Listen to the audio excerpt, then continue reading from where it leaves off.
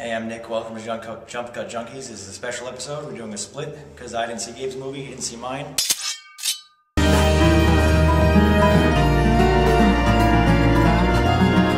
I feel Terry Gilliam. So this is a special edition of most of his films has been letting himself go. I'm just talking on my own. I becoming incredibly saw indulgent. Crazy Heart a little while ago. This film focuses on storytellers and what the role when I of was going to plays see it, in your life. I expected that it would be a lot the like world, the universe, in fact. kind of like just a really typical country song. Early on, that Dr. Parnassus is my family left me, and I don't talk to my kids. My only friend is story. the bottom of the bottle. And then, you know, it ended up being exactly that. Very disappointed. I don't know if you've seen Crazy Heart story.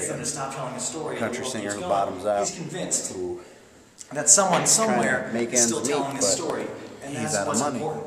That the story is key. The story is what he falls in love with a reporter, but he just keeps getting more and more drunk, and he's worried about how what his legacy is going to be, because he trained a young guy to be a lot like him. And this other singer, Tommy Sweet, I believe, is kind of a Garth, not really Garth Brooks, but like a Brad Paisley, very generic mall guy. And Jeff Bridges is more of like a salt of the earth kind of tough guy. His name's Bad Blake. You know, he has that persona. He goes home with since the 80s, I'd say, with 50-year-old groupies, and he sleeps with them in a motel room. So we kind of get his redemption. Jeff Bridges kind of acts his pants off, but at the same time, it's nothing you haven't seen before. It's almost like you've seen Tender Mercies with Robert Duvall.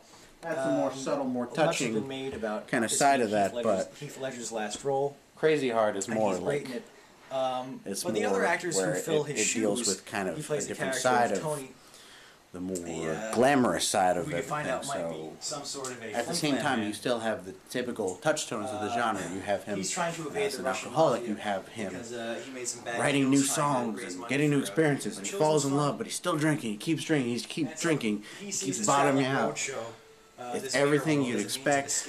Very, very surprising that it was just a joyless, uninspiring movie, and they want to keep the spirit of those characters that is the 1970s, 1980s, those types of films, but at the same time, and that he's trying to get away from who he truly is. He uses modern techniques to make films, so I give credit to Terry Gilliam for making it work. You're using all this on that level, using the back and forth, and however, I just feel like very generic looking film. It seems rather trying to get into these characters' heads, but the movie will not let you, way too in love with the wide-angle lens, so that even the non-mirror world stuff takes on an air of unfortunate because I see Jeff Bridges an air of the fantastic, walking around shirtless because he just cannot stop himself. That's how Terry Gilliam's problem. He's trying to show the difference between the imaginary and the real.